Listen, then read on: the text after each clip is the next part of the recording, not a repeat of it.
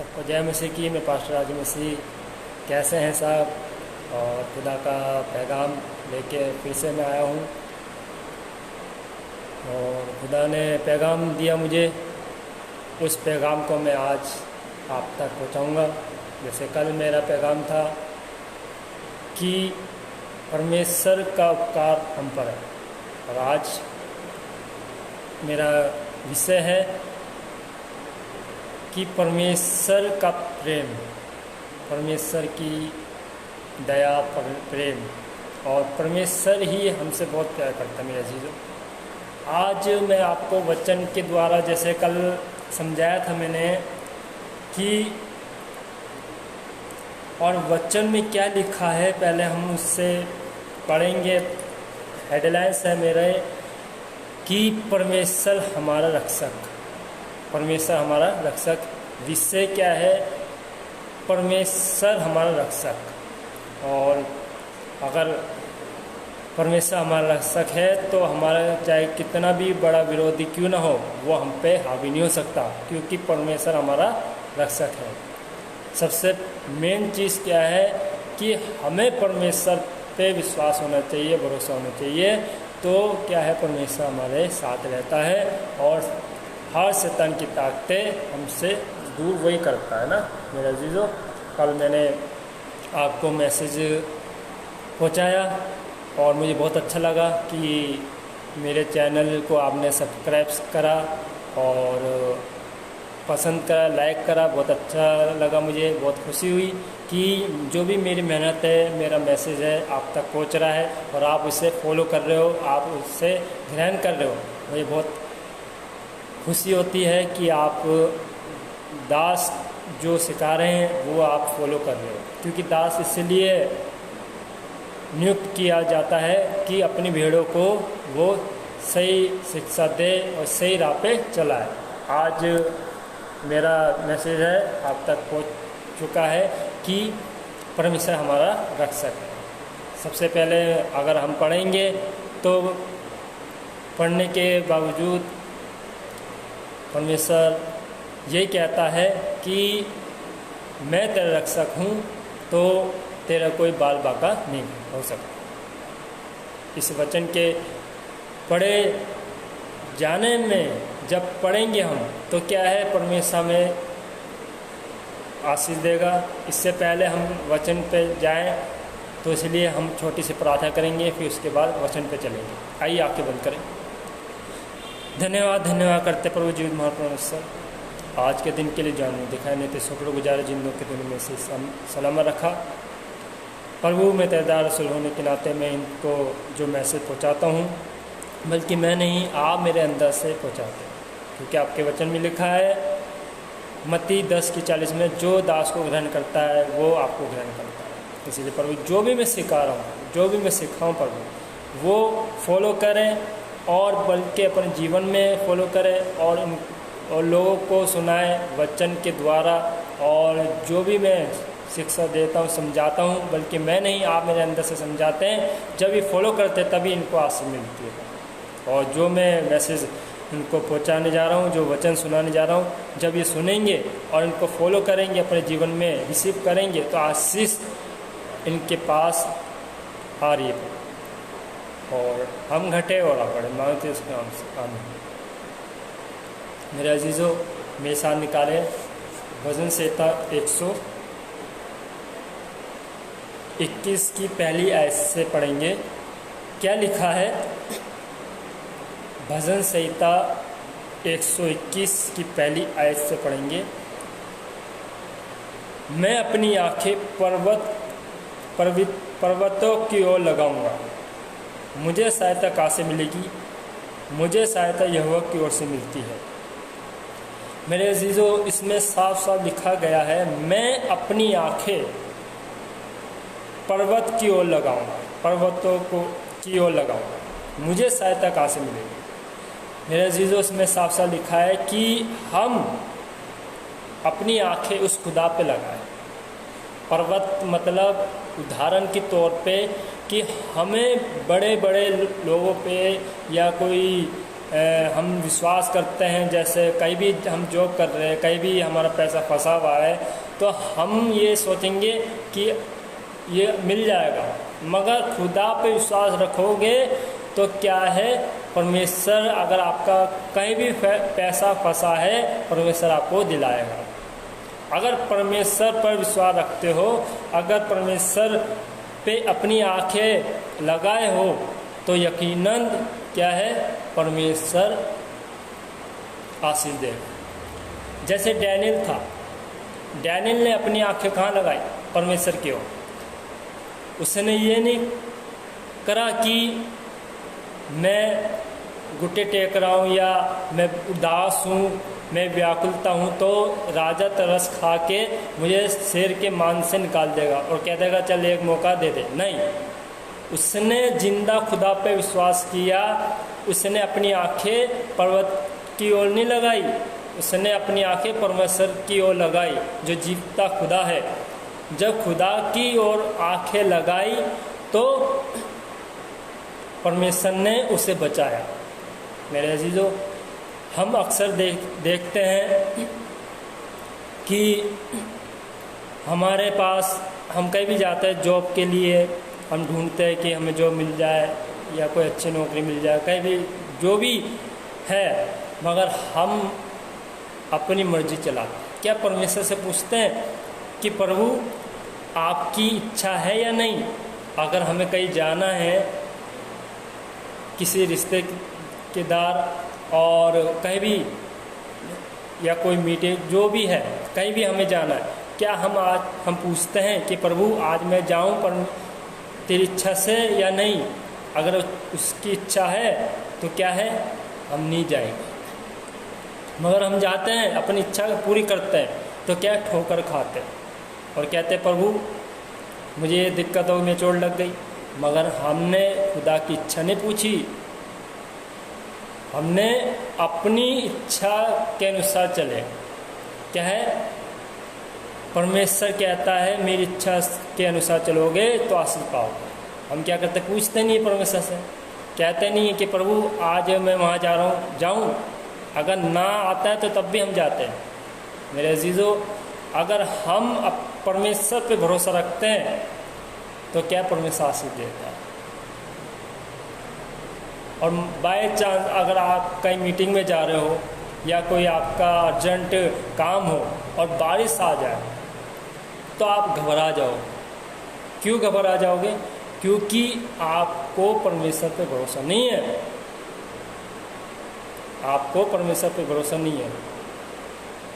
थोड़ा सा हो जाएगा कि प्रभु ये बारिश बंद कर दे, बारिश बंद कर दे, तो मतलब क्या है कि बारिश, एक मन कहेगा कि बारिश बंद हो जाएगी, एक मन कहेगा कि बारिश बंद नहीं होगी। व्याकुलता बढ़ती रहेगी। जितनी तेज़ बारिश होगी उतने ना आपका दिल और तेज़ धड़कते रहेगा और व्याकुल होते रहेगा। और फिर क्या है, हार मान जाओगे और क्या होगे, अब तो बारिश बंद होएगी नहीं, शाम तक ही पड़ते रहे। ऐसे होता है अजीजों।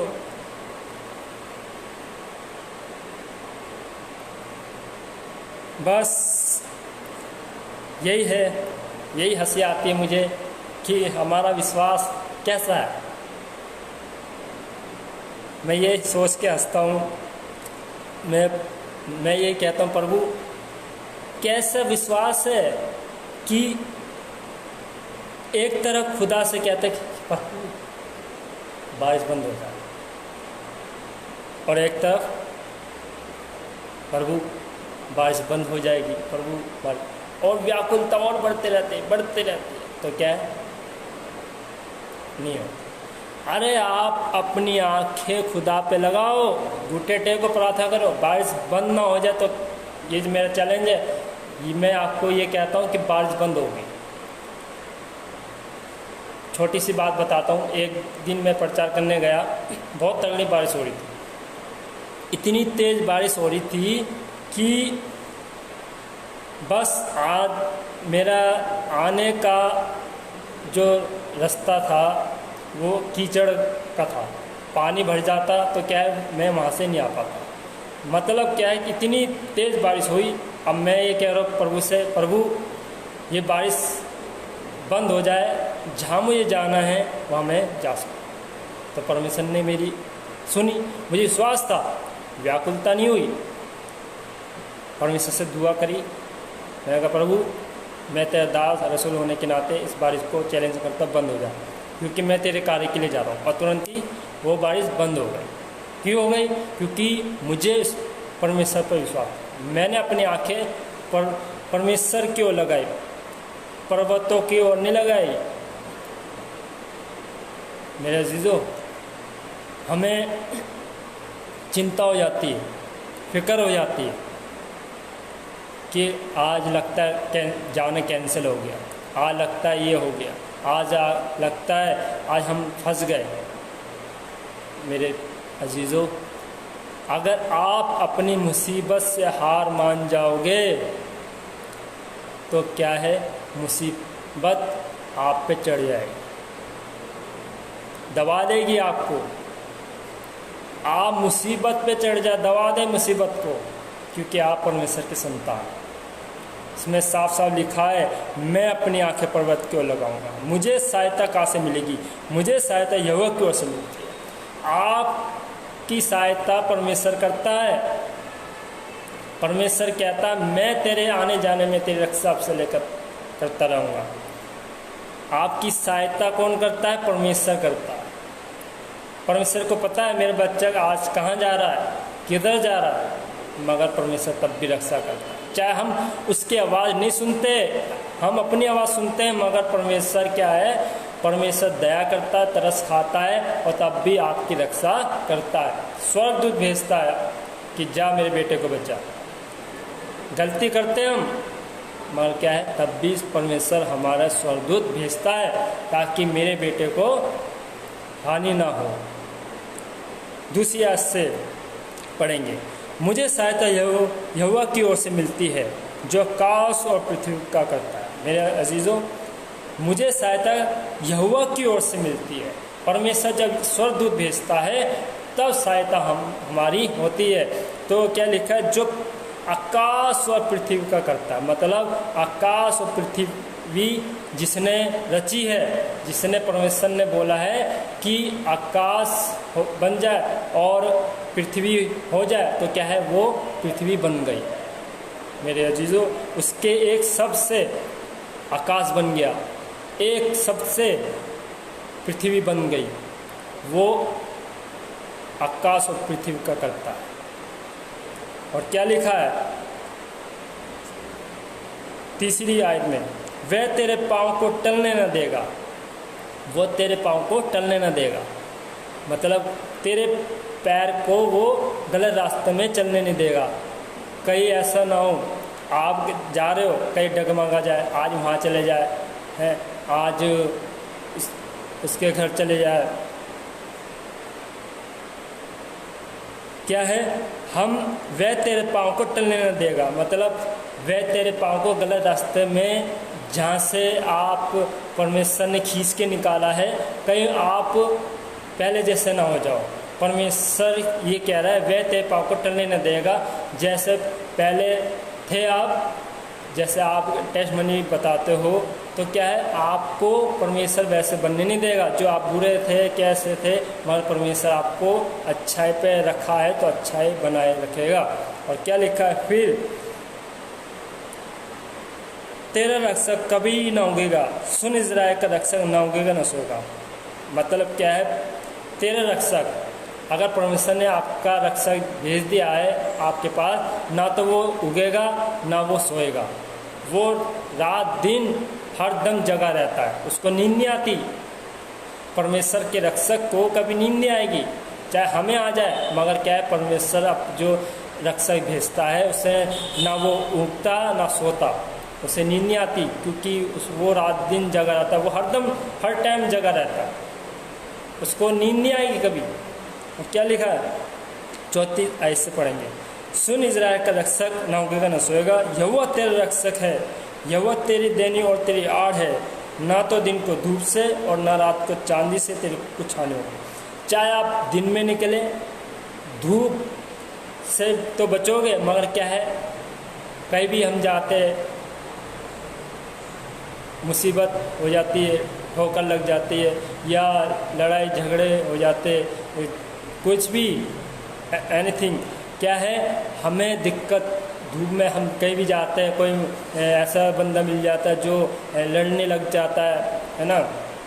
और क्या है रात को, जब रात को जाते हैं, जैसे जेब कतरे होते हैं, कोई भी होता है, तो क्या है परमेश्वर हमें बचाता है उन जेब कतरों से।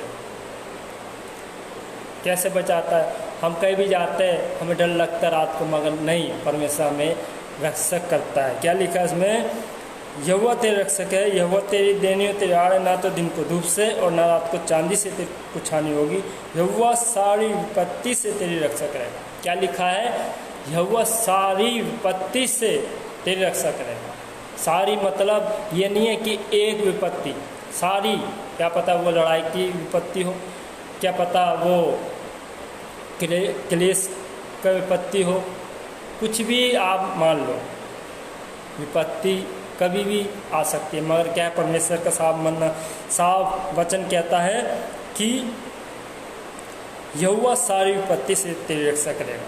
कभी कभी ऐसा होता है मेरे अजीजों कि हम सुबह सुबह जाते, शॉपिंग करने जाते हैं, सुबह शॉपिंग करके आया, अच्छा मूड करके आया, सब खुशहाल करके आया, और शाम को देखा छोटी छोटी बातों में क्लेश हो गया है, कोई इतने झगड़े हो गए कि किसी ने फ़ोन फेंक दिया, किसी ने टीवी तोड़ दिया, इतना क्रोध हो गया, इतनी लड़ाई झगड़े हो गए, मगर क्या है परमेश्वर हमें बचाता।